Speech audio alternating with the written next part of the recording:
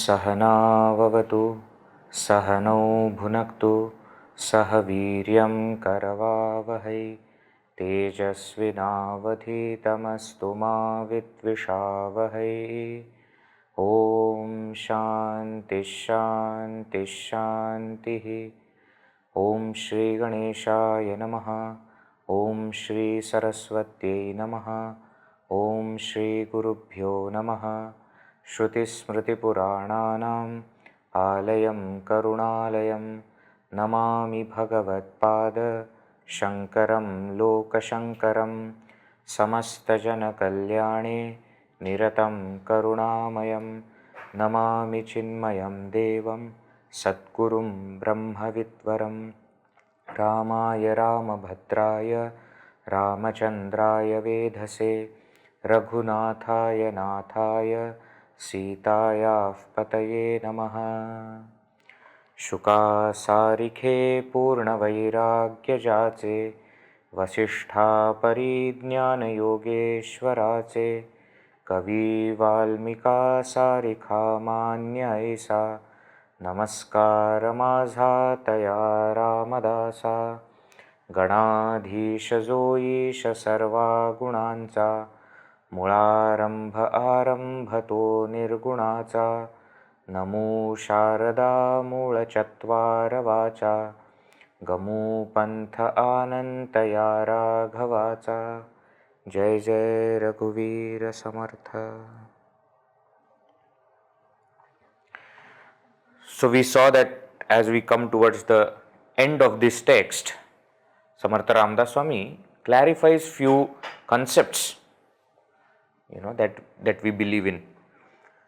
First thing, when he is explaining that the supreme reality is beyond the perception of senses and beyond the cognition of mind and intellect, he says that at the same time that supreme consciousness, that Brahman, also guides and helps the seekers. How? By becoming Bhagavan. Sakshine paksha gheto. So that raises the question then, what is this God? Who is this God? What is the nature of this God? Where is he? All these questions come up. So answering those questions, Samarth Ramdas Swami goes forward and says that this God, according to our concept, is still that supreme consciousness. In its truest nature, it is that consciousness alone, Brahman alone. Not the forms of God that we believe in. Forms of God that we believe in are also called as God, but their real nature is Brahman. So whether it is Brahma, Vishnu, Mahesha, especially he takes Brahma and Mahesha, Brahma and Shiva, where he says Brahmaji writes on the forehead of all people their own destiny. But who writes on the forehead of Brahmaji? Lord Shiva, Bhagavan Shivji destroys the entire world at the time of Pralaya. Who burns Bhagavan Shiva? It is not to say that Bhagavan Shiva or Brahmaji is not great. That's not the point. The point is, as those forms, they are not the highest. Their true nature as Brahman is the highest, which we said is Nirguna Nirakara. This Nirguna Nirakara Brahman, then when associated with Maya, becomes Saguna Nirakara Ishvara. That also concept we saw.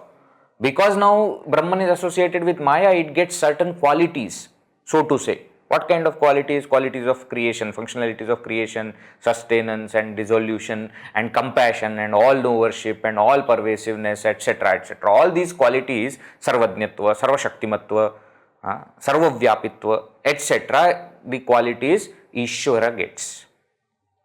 Now the same Ishvara which has guna but has no form can appear in different forms. And when he appears in different forms, he is called as Bhagavan. Saguna Sakara Bhagavan. Also, as Brahma, Vishnu, Mahesha, Brahma, Vishnu and Shiva, Saraswati, Mahalakshmi, Parvati, Ganesha, Kartikeya, all these we say are Saguna Sakara, formed Brahman. Brahman with form, Saguna Brahman. And then that same Bhagavan comes on our level of perception for humans to perceive, and then that Bhagavan is called as Avatar, incarnation. This concept is clear? Now, there is another concept in our scriptures which is of devatas. These devatas, deities, are highly evolved jivas. They have done a lot of punya karma in human life, and therefore they have got that stature, that power even in the Swarga, where they become Indra, Varuna, Vayu, Agni, etc. These are all the devatas. And they take care of the entire world. They follow different rules, and they manage their portfolios which are given to them. And thus we have the concept of Dwadasha Adityas, Ashta Vasus, Ekadasha Rudras, Ashwini Kumaras, etc. 33 types of deities. That is what is called as 33 Koti Devata. Right? Now these Devatas are not God. So even if you call them gods, you have to put that G small letter G, gods. Not God with G capital. God with G capital is Bhagavan, who by nature is Brahman, and when associated with Maya is Ishvara.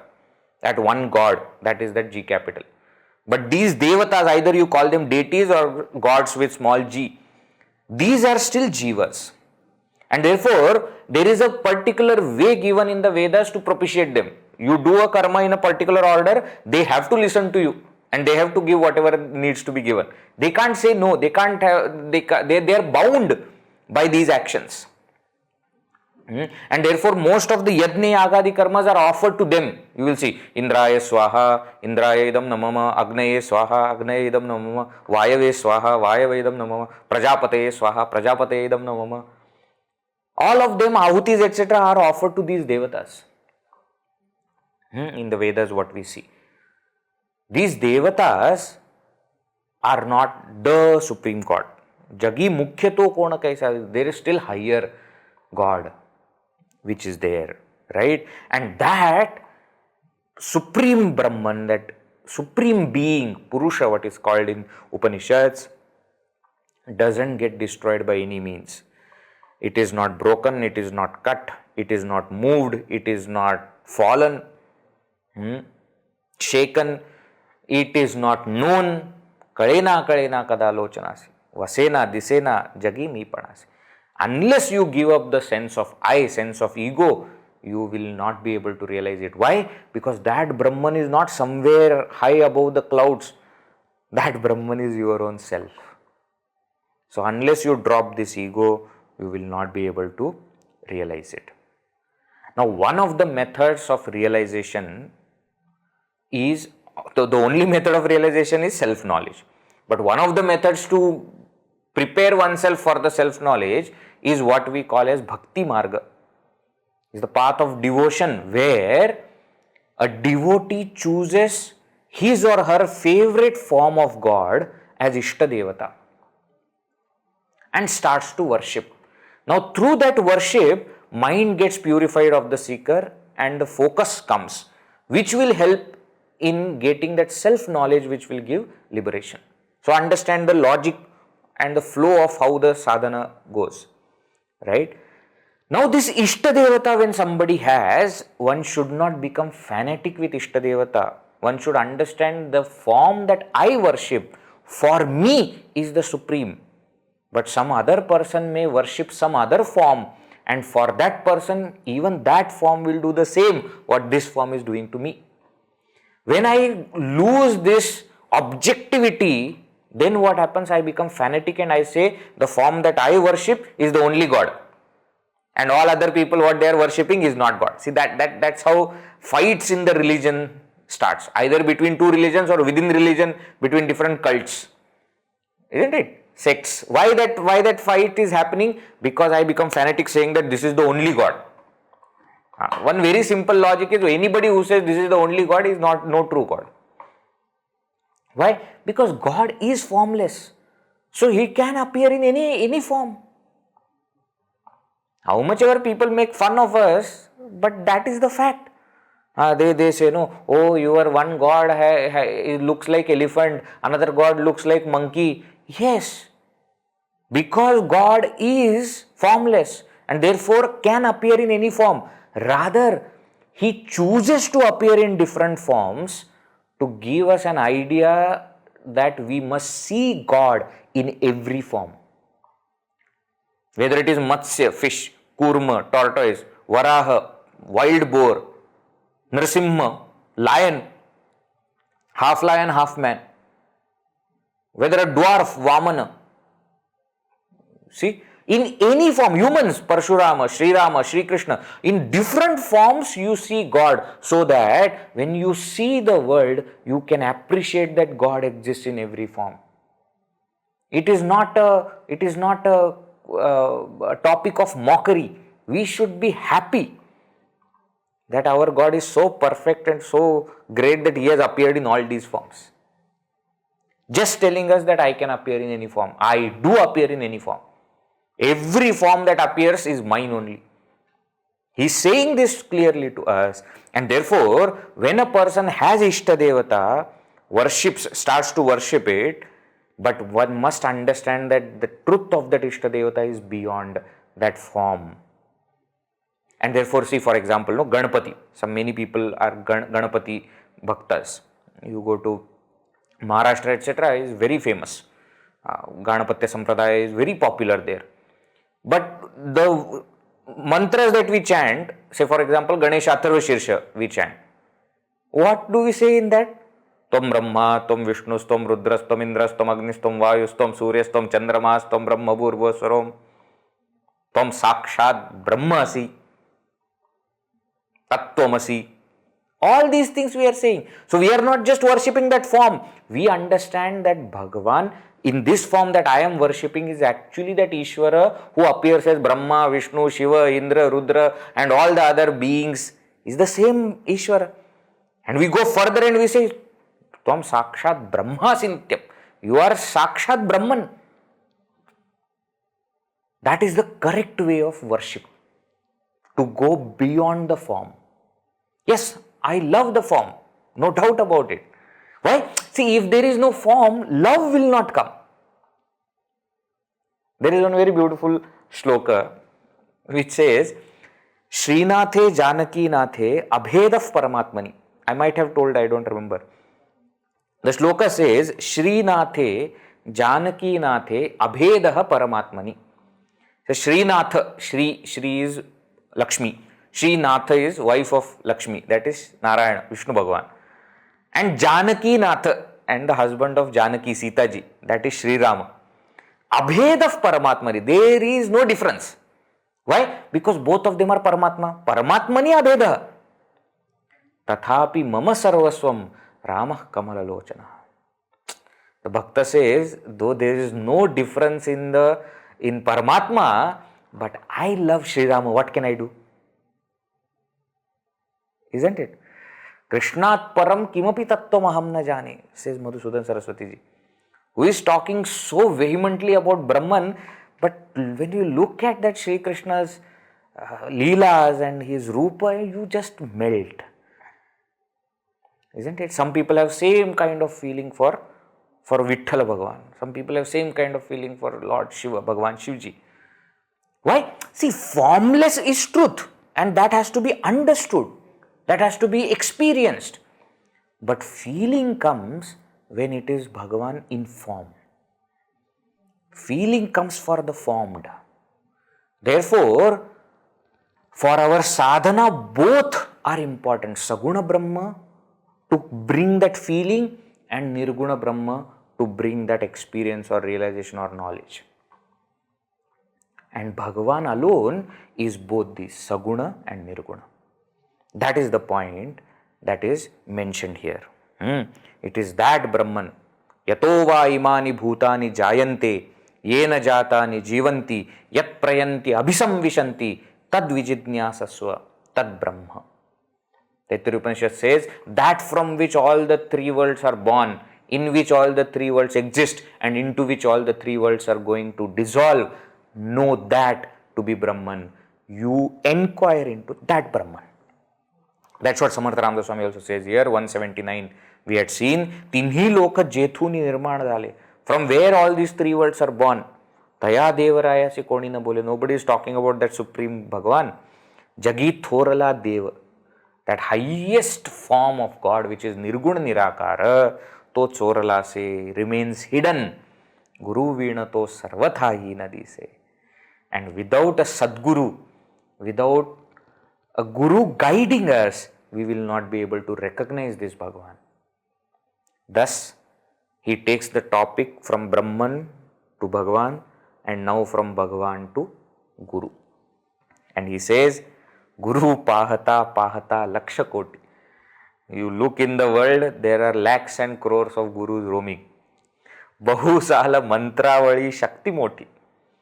Some of them are very much capable of, mantras, and they possess so many powers, siddhis. Mani kamana chetake dhata mata. But in their mind, that mind is captured by desire, selfishness, lust. Jani vyarthareto. Such a person is a waste in this world. Navhe muktidata. He can never give you liberation. So choose wisely. And just think about it, Samarth Ramdas Swami in 16th century is saying like this. So we must understand that there always are people who will look like gurus but are not gurus. It is not today's phenomenon. Samarth Ramdas Swami has mentioned, you go few more centuries back, 8th century, Shankaracharya ji, in Bhajagovindam, all his disciples are telling, and what is that? Jatilo mundi lunchita keshaha kashayambara bahukrita vesha pashyanna pichana pashyati mudha udara nimittam bahukrita vesha. They portray a picture of a pseudo sannyasi who looks like a sannyasi but is not a sannyasi. And they say the different form that he has taken. Sometimes, lunchita kesha, sometimes, jata, sometimes, taken one hair and tied, sometimes bald. These are all different attires to fill their belly. Why? Because in their mind they have not given up desires. So 8th century, 16th century, today also we see. We see today and we think, oh, what is happening today? Nothing is happening today. That has always been happening. There will always be people who will look like gurus but are not gurus. So, we have to be absolutely careful in choosing. We have to understand whether this person is like that or not. So, he is in a way commenting on the society also where gurus exist, but at the same time he is reminding to mind how I should find Sadguru. That's another thing that he does here, right? Continues further explaining who is not a guru and who is a guru. Verse 181, let us see. Navhe chetaki chalaku dravya bhondu, navhe nindaku matsaru bhakti mandu, navhe unmatu vesani sangabadhu, jani jnaniya tochi sadhu agadhu, jai jai Raghuveera Samartha. He says, Nave Chetaki, Chalaku, Dravya Bhondu. These are not. Nave means not. Chetaki means, how do I explain this Chetaki?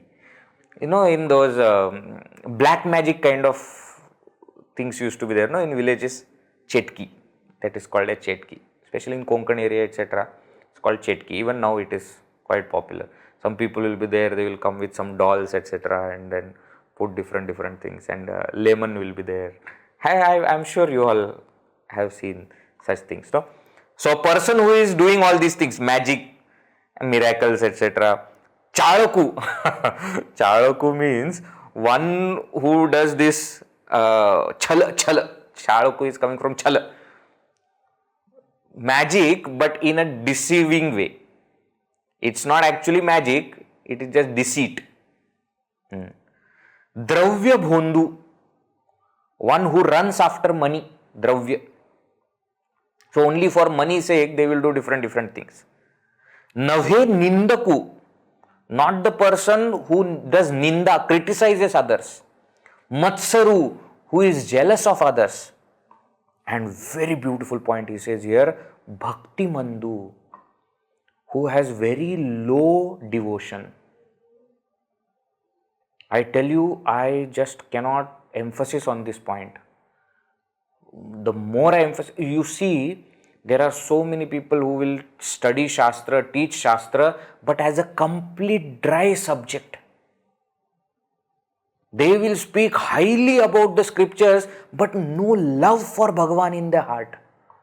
Such a person can never become Acharya. Forget about becoming Guru. Becoming Guru is too far. Acharya also the person cannot become. If that supreme knowledge that is given in the scriptures is not felt, and if you are being too critical about the scripture and say that I am a very intellectual person, logic, it won't work. Gurudev always used to say there should be integration of head and heart. In anything that we want to do, mind and intellect has to integrate. If only logic, no use. He used to say, what is that? Knowledge without devotion is just intellectual gymnastic, he used to say. Is very dry. And devotion without knowledge is a mere superstition. Very deep words. What do you mean by that? If you only go for logic, but do not feel that love, then it will just remain as some kind of intellectual mastery. It will not change you. At the same time, if you go only feeling, but lose rationality totally, again that will be just superstitions. Somebody says, believe in it, I believed in it. No, there has to be a combination of head and heart. Yes, there should be a very good rational intellect, but at the same time a very soft feeling heart. That combination has to be there, and therefore he makes a very important point. Bhakti mandu nave Satguru. A person who is low on devotion, who doesn't have devotion, can never become Satguru. Now, in some people, this devotion will come in the forefront. In some people, it will remain in the background. Okay, that is fine, but their devotion has to be there. Let me give you an example, then you will understand what I am talking about. When you listen to or when you read the books of Ramana Maharishi, let us say, very intellectual. He is beyond intellect, actually speaking. He will not even allow you to go into unnecessary argumentation. He will ask straight question. Who are you? Who am I? That's the question. That's it. But when you visit Tiruvannamalai, when you visit his place and you see what kind of devotion he had for Bhagavan Shiva that he used to worship, it is just unbelievable. We may speak of Tapovan Maharaj as the great scholar. He has written commentaries in Sanskrit. He had all the Shankar Bhashyas memorized. On all 10 Upanishads and Bhagavad Gita, Shankar Bhashya memorized. Brahma Sutra, everything memorized. And he can teach. Even today you go to Himalayas, Tapovan Maharaj is known. So famous. But there is other side of him that people often miss. The same Tapovan Maharaj has written Saumyakashesha Stotra, Badrisha Stotra and Ganga Stotra. So much of devotion, every day he used to go to that Saumyakashesha. Bhagavan Vishwanatha in Uttarkashi. Every day he used to visit Gangaji. He used to consider Himalaya as his father and Gangaji as his mother. and used to stay in the place where mother and father are there. Lord Shiva and Annapurna, Uttarkashi, isn't it? So there is devotion. It may not come on the forefront because we have never met them. So there is a big gap, isn't it?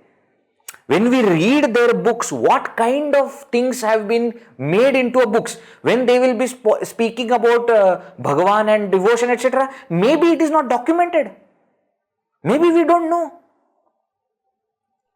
So it may be misunderstood that they do not have devotion. That's not true. There is devotion. When you go deeper into the personalities that they have, we will get to know that personality as well. On the other side, we will see Sri Ramakrihsna Paramahamsa, etc., totally devoted. That's why I said whether in some people that devotion is on the forefront or whether it is in background, that is not important. Important aspect is there is devotion. Only such people can become Sadgurus. Okay? Just by getting the name Sadguru, nobody becomes Sadguru. Understand this point. The point is, do you have these qualities? Do you have that love for Bhagavan? Do you have that unwavering faith in the words of scriptures? It is absolute paramount importance. It's not an option. Only such a person can become Sadguru. Nave nindaku matsaru bhakti bandhu. Somebody who criticizes others, is jealous of others, that oh, that person is getting so many disciples, I am not getting this. Arey Baba, how does it matter what disciples? All of us are alone on this path to self-realization. Let us not get into how many followers we have got. Everybody is walking their own journey to self. Don't misunderstand, just because there are so many people walking behind us are all our followers. That's not true. They are on their own journey. Sometimes when we are going on highway, we are driving a car and there are so many cars behind you. Doesn't mean they are following you. They all are going on their own journey. So don't count that and say, oh, I have so many followers. What are you talking? You yourself are going somewhere. How can people follow? Yes, we can walk together. We can share our experiences together, help each other on the path. All that we can do. But never get this idea that I have more followers, he has less followers, this follower, that. Nave nindaku matsaru bhakti mandu. Nave unmatu vesani sangabadhu. He says a person who is unmatta means arrogant. Vesani means one who has got vyasana, bad habits, addicted to bad habits. Sangabadhu, and has got very secret vices, secret negativities that he keeps hidden. So in front of people he will be very sattvic, very simple, very soft person, but behind we don't know. We always say, no, behind the closed doors, who has seen? Such a person again cannot be a Sadguru. Unmatta, Vyasni, Sangabadhu. One who is arrogant, one who has got addiction to bad habits, or one who has got secret vices. Nave, such a person also cannot be Sadguru. Then who can be Sadguru? Jani in the world, Jnaniya tochi sadhu agadhu. One who has got that self-knowledge, that person, tochi, that person alone is sadhu, is a saint. Agadhu, agadha means is unfathomable. Agadha, such a person alone is. When in the scriptures, the discussion on what are the characteristics of a guru comes, one of the prominent characteristic that comes often is Brahmanishtatva, that the guru should be established in Brahman. So is not just teaching what is there in scriptures, but actually he himself has practiced the scriptures and realized, and then he is speaking.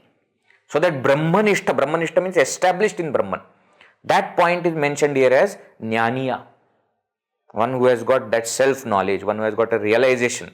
Such a person alone can be a Sadguru. Now, what is the point he is trying to make here is, say when you say Sadguru, Sadguru, Sat means noble. So a person should be noble first. If a person is not noble, he can never be a guru. See, it's a very ironic thing in the language. See, sometimes we will say, no, he's a good sadhu.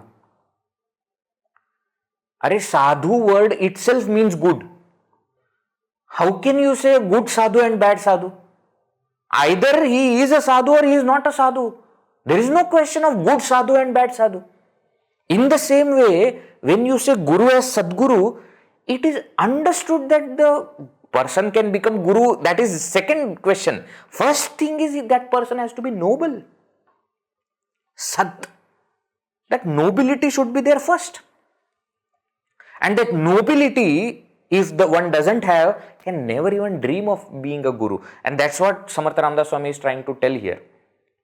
By mentioning Nave Chetaki, Chaluku, Dravya Bondhu, Nave Nindaku, Matsaru Bhakti Mandu, Nave Unmatu, Vesani, Sangabadu. These are all the descriptions by which he is telling that if a person is not a noble person, then he cannot be a Sadguru. Actually, this entire description is telling that if that person is Rajasic or Tamasic. Rajasic means what? A selfish person. And Tamasic means a wicked person. Such people can never be Sadguru. Right? Therefore, he says first, or Shivananji Maharaj, no, Puja Gurudev's Diksha Guru, he always used to say, first be good, then you will become God. Becoming God is later. First you be good. Be a good human being. Noble person. Follow dharma. Follow your sadhana. Follow spiritual. Then later on we will see of becoming God and realizing Supreme Brahman. That we will see. First be good. A person who doesn't do that can never be called as Sadguru. So Samarth Ramdas Swami's description of Guru goes from this direction, that first there should be good qualities in that person. Then comes the qualities that are necessary to become a Guru, that is Brahmanishtatva, etc. we will speak of. The person should be realized. Not enough that he is just a good human being. A good human being is a good human being. You can't say a good human being is a good Guru. To become a Guru, some more qualities are required. Right? Now he continues with what are those qualities. Let us see. Verse 182. Navhe vaugi chahuti kamapoti kriye veena vachalata techi mothi mukhe bolilya sarikhe chalata hai mana sadguru tochi shodhu nipahe. Jai Jai Raghuvir Samartha.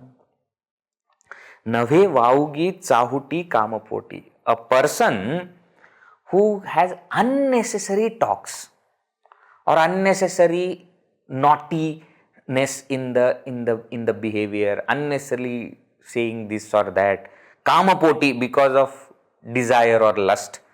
Nave. Such a person cannot become Sadguru. Some people are there, no, whatever they say has got double meaning. Such a person cannot be a Sadguru.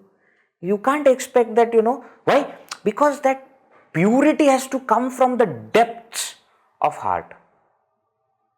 Only when the heart is absolutely pure, then it will come out. Nave vaugi chahuti kamapoti. Kriye veena vachalata techi moti. Some people are kriye veena. They do not have any actions. They don't do anything. But vachalata techi moti. But have big words. They will tell big things, but they themselves do not follow this. Nowadays, this is all going on in social media. If you see the so-called gurus and those who are becoming spiritual leaders, their double standards are getting exposed. Why? Because from stage they will tell big things. Do not have this attachment, this, that, and then same people are seen, carrying all kinds of expensive items and all these things. How you can see the sadhu is a simple person. So kriye vena vacha, such a person also cannot become Sadguru. Who becomes then? Mukhe bolilya sarikhe chalata hai. One who walks the talks. Means what? Whatever he speaks, he follows it himself. Swayam acharate chaiva. One meaning of acharya is one who himself practices what he is preaching. That famous story is there, no? Sometimes it is attributed to Vinoba Bhave, sometimes to Mahatma Gandhi, sometimes to Ramakrihsna Paramahamsa. So many people. That one mother brought her son to one master and said that, oh Swami, please tell him something. He eats too much of sugar. I try to tell him that it is not good for his body, but he doesn't listen. What should I do? So the master said, bring him after 1 week. So mother goes and brings the son again after 1 week to the same person and says, you asked me to come after 1 week. He says, yes. And then he takes the child in front and says, hey, you should not eat sugar. It's not good for your body. It becomes addictive. And all these things he starts to tell.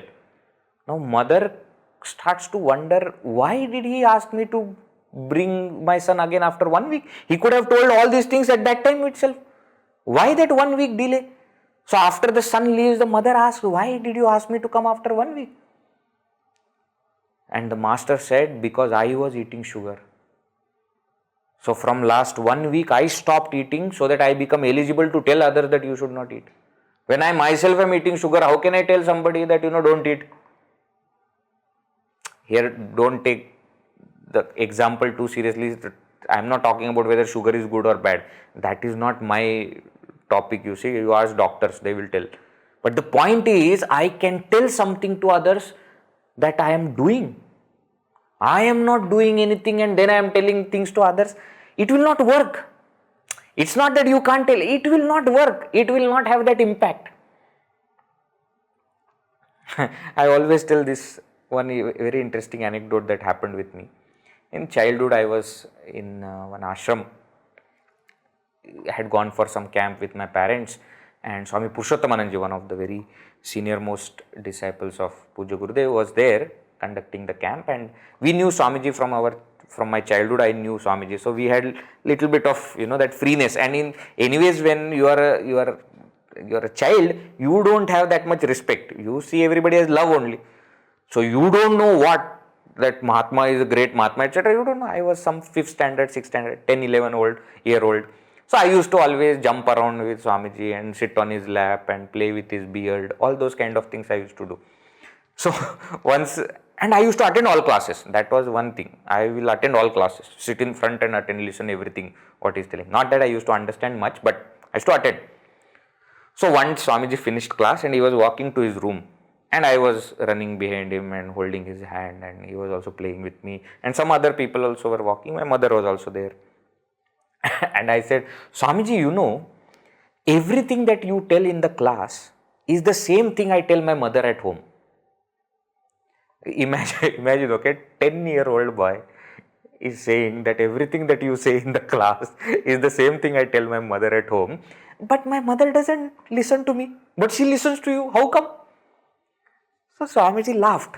Everybody else also was laughing, hearing it from a small child. But then Swamiji pulled me like this and said, power to the words comes from sadhana. I can never forget that line.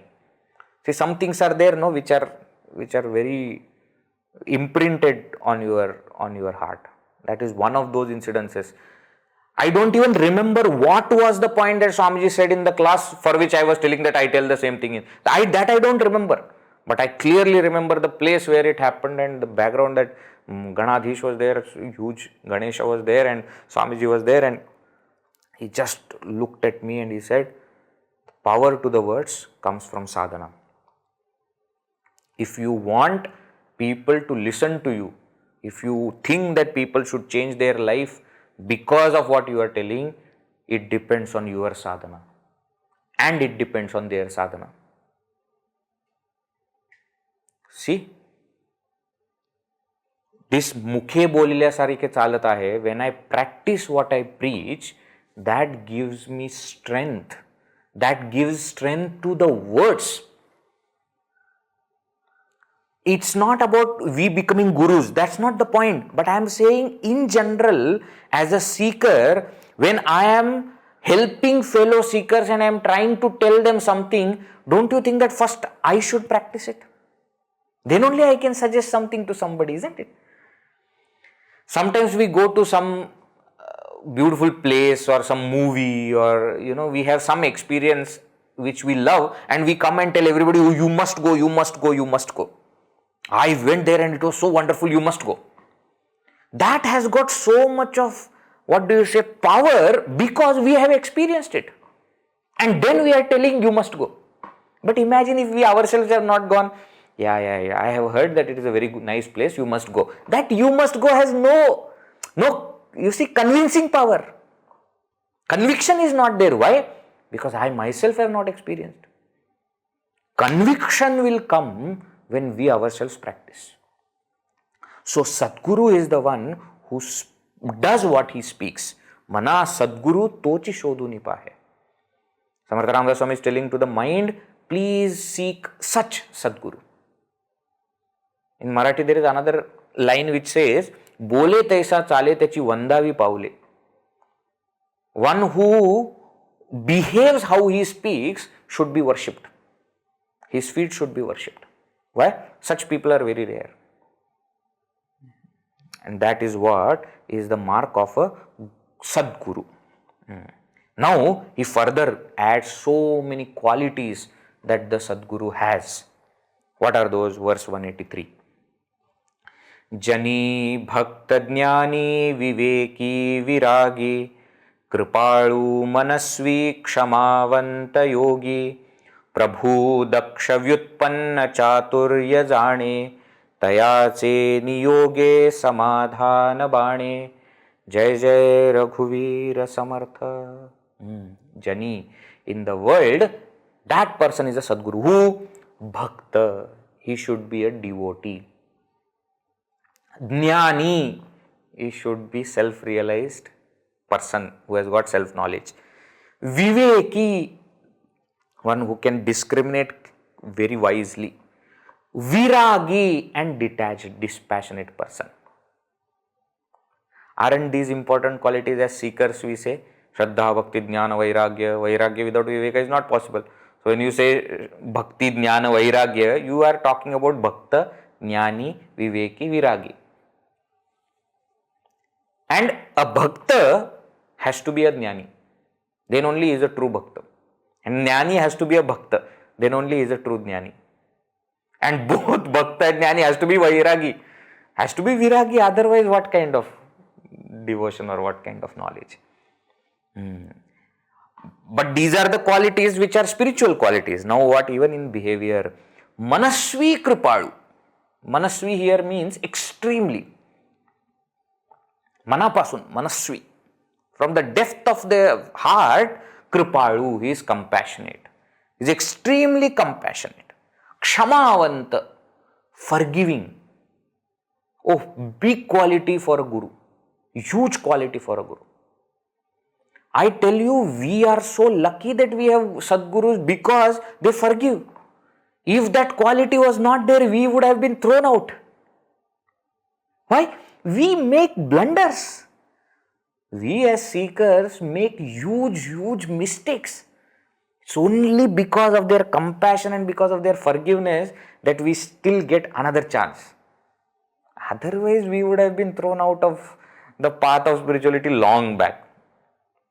True or not? Be very genuine and think about it. Isn't it? Kshamavanta. Yogi. Yogi, one who is always united, or one who is the master of his mind. Prabhu. Prabhu, one meaning is God.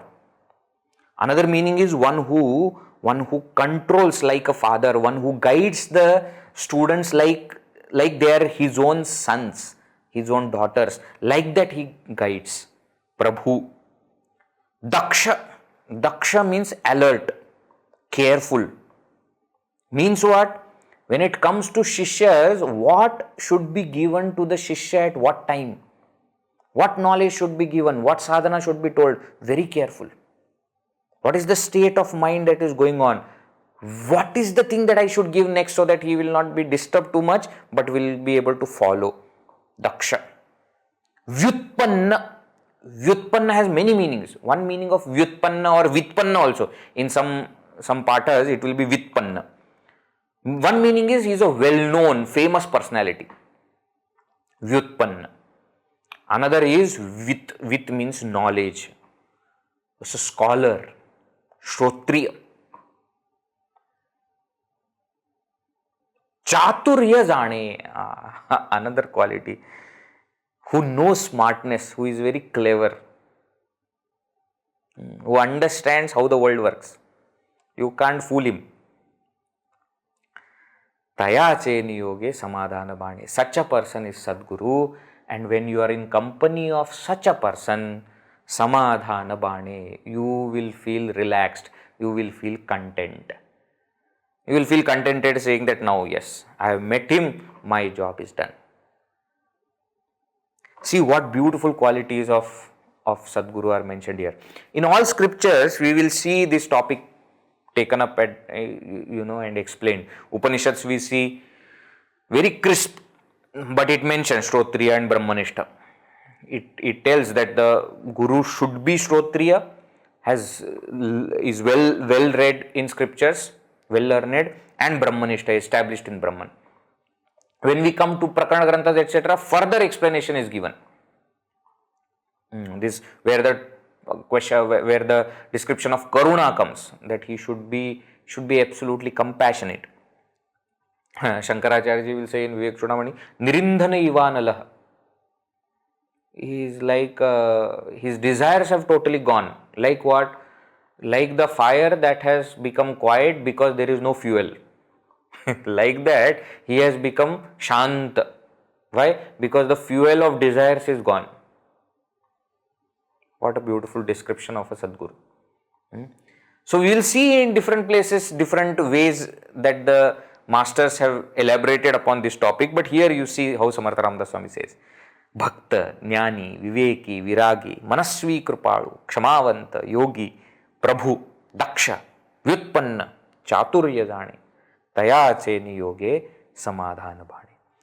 And oh mind, when you get a guru like this, then what? Then impossible becomes possible. That's what he says next verse. Let us see. Verse 184. Nave tochi jale, nase techi ale, kalo lagale sajjanache nibole, anirvachate vachavache vadave, mana santa ananta shodhita jave. Jai Jai Raghuveer Samartha. Wow. He says, Nave tochi jale.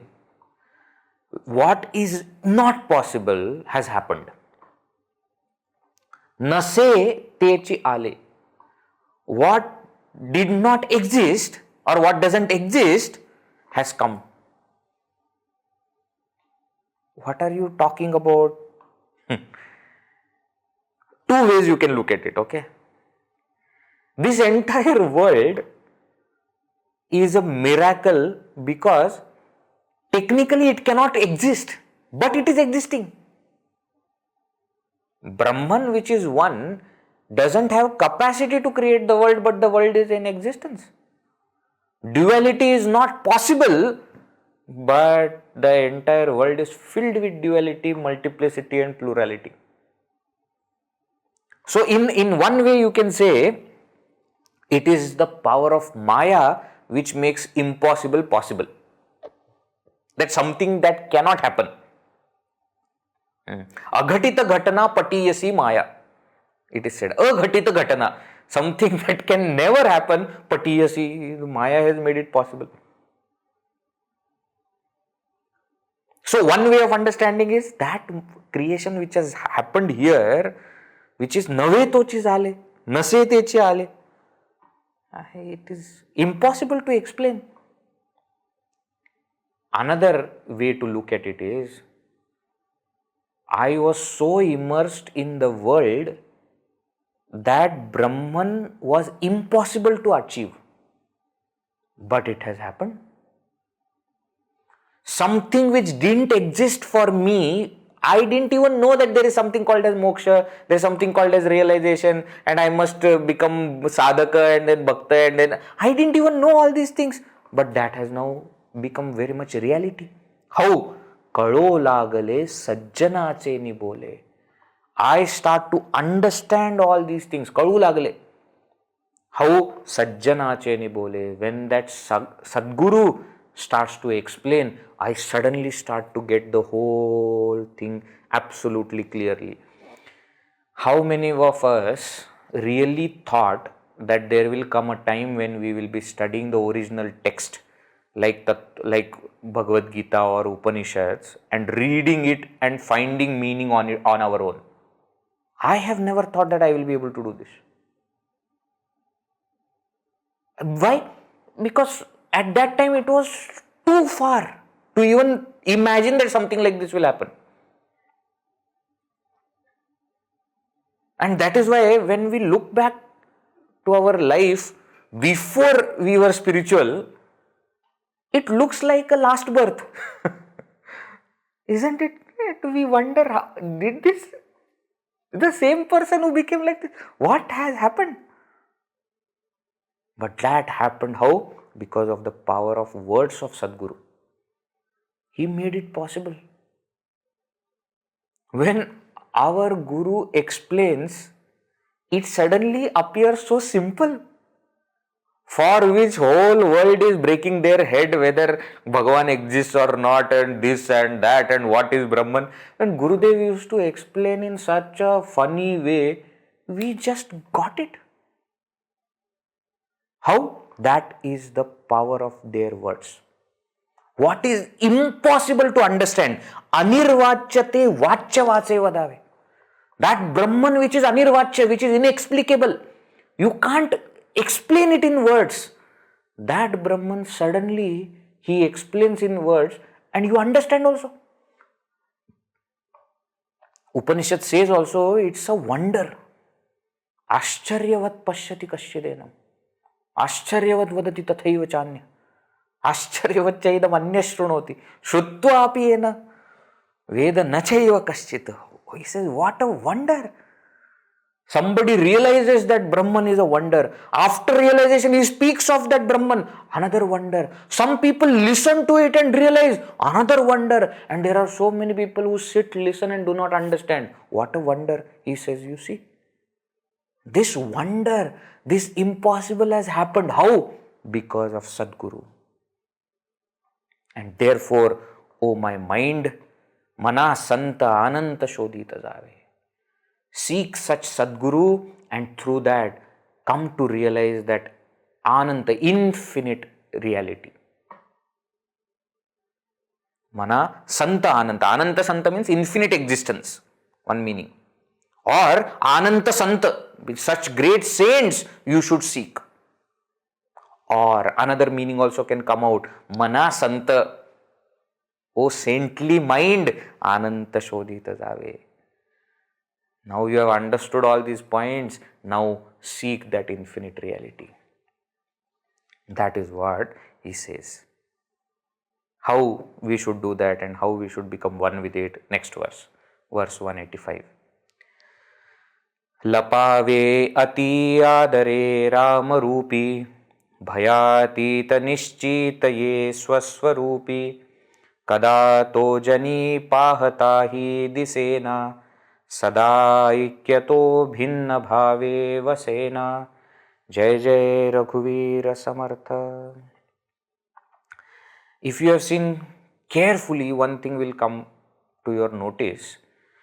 When Samarth Ramdas Swami was explaining about God and God with form and God without form, he mentioned about Brahmaji and Shivji,